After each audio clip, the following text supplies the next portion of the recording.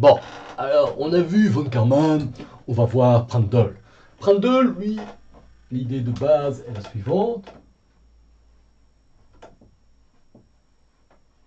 La longueur de mélange est proportionnelle à kappa y. On élève tout au carré pour avoir la longueur de mélange au carré. Piou, piou, piou, piou. On multiplie par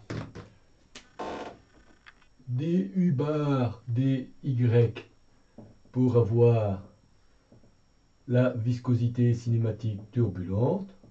On multiplie par du dy pour avoir la contrainte turbulente moyenne.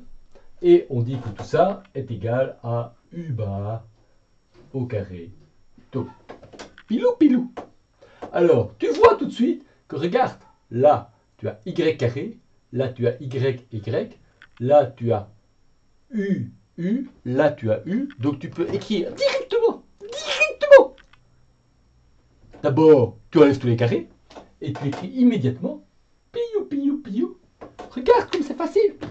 Tu écris kappa D. Kappa Y plus du bar plus sur dy plus est égal à 1. J'ai tout divisé par U bar tau au carré, et puis j'ai tout radicalisé. Et qu'est-ce que j'obtiens?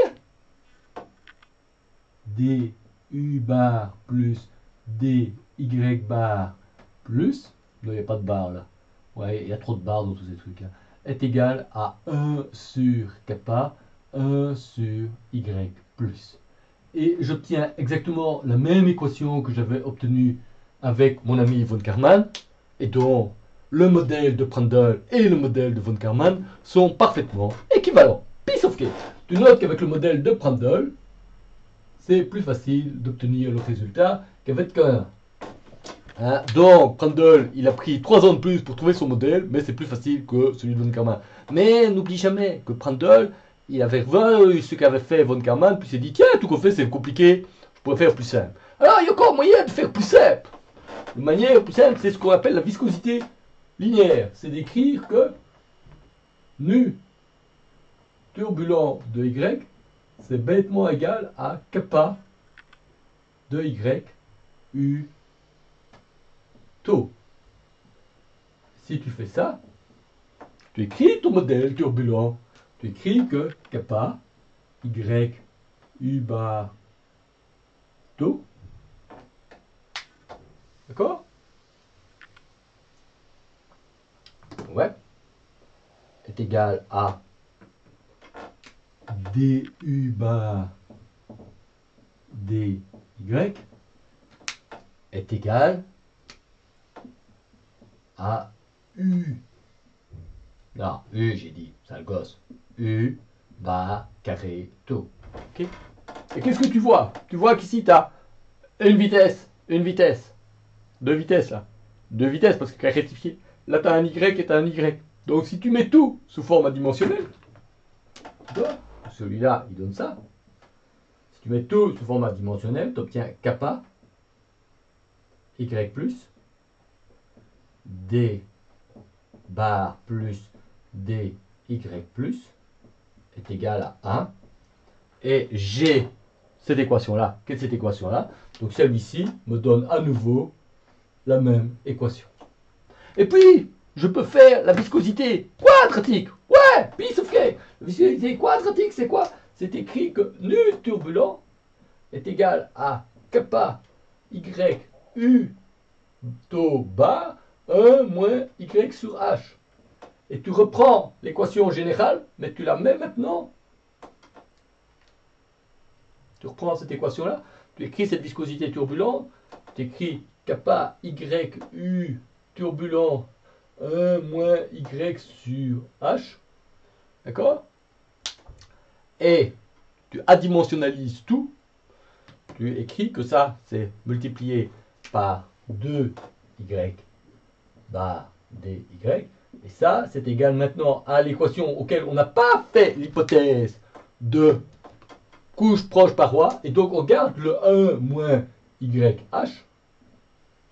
Et alors, oh magie, le moins yh, il va se tuer là, il va se tuer là. Et donc, on réobtient cette équation-là. Tu notes tout de suite que le modèle plus sophistiqué de la viscosité quadratique, ben, on a simplement observé qu'on a retiré la simplification un peu abusive de Prandtl et von Karman dans notre modèle. On l'a réintroduit, parce qu'elle a déterminé dans notre viscosité turbulente, et catch, on obtient le bon résultat. Donc ça, c'est le modèle le plus efficace, extrêmement simple, où il ne faut pas simplifier l'équation fondamentale. Donc on peut garder le terme en 1 moins YH, et on a une viscosité de type parabolique.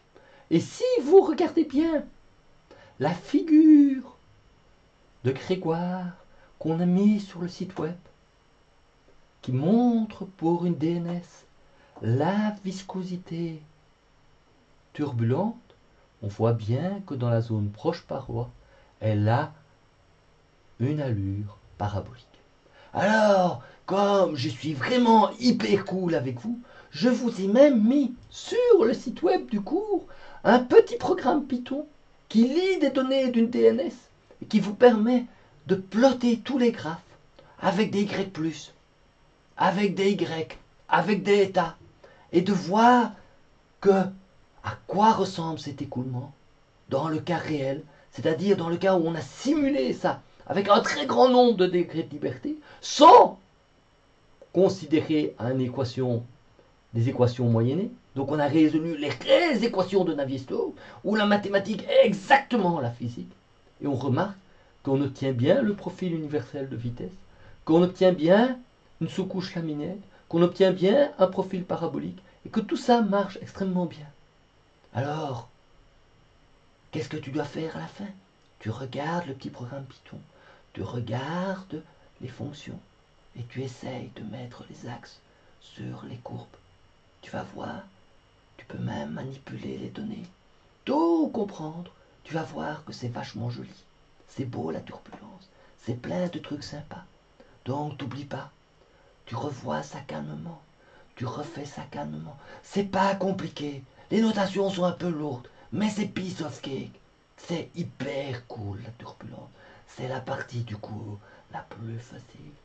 Il suffit de réappliquer toujours la même chose, mais de bien comprendre ce qui se passe. Ça, c'est fondamental.